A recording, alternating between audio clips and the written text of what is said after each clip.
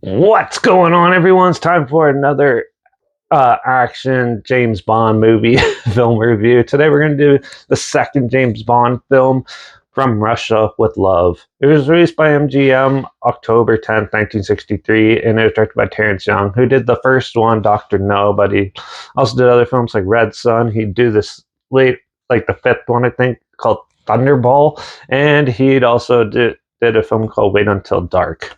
So this is the second James Bond movie starring Sean Connery, and they definitely amped it up. There's some pretty cool gadgets in this, and it's about basically James Bond has to go and track down a secret organization called Spectre. That's where we first get introduced to Spectre, and yeah, they're basically trying to hunt down all these gadgets to try to cause a nuclear war and stuff. And he has to go and figure out who's doing it and take them out. So uh, this film is better than the first one. It's actually, this franchise definitely has better sequels compared to the first ones. Not like most franchises where the first one's always the best. This one is all over the place.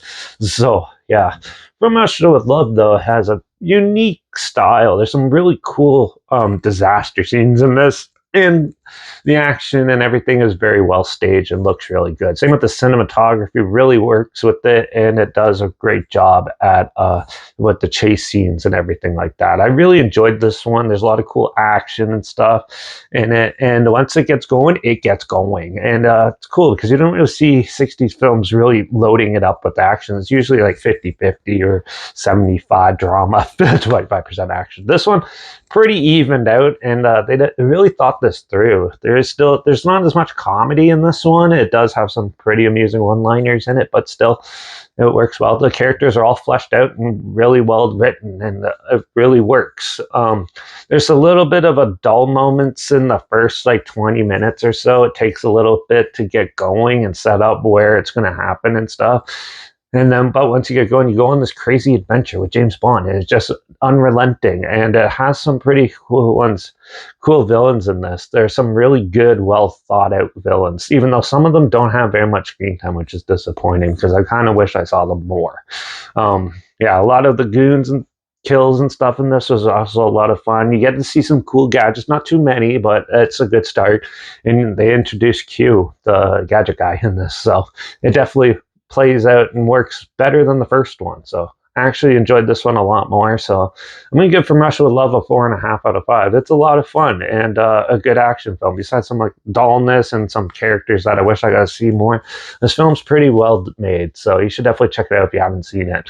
I'm not sure where it's streaming, but I'll link the trailer down below, so you check that out. Also, link down below is my Instagram. That's where I post clips of films I'm going to review in the future on my stories. You put the film title in there and some fun factor history thing in there as well.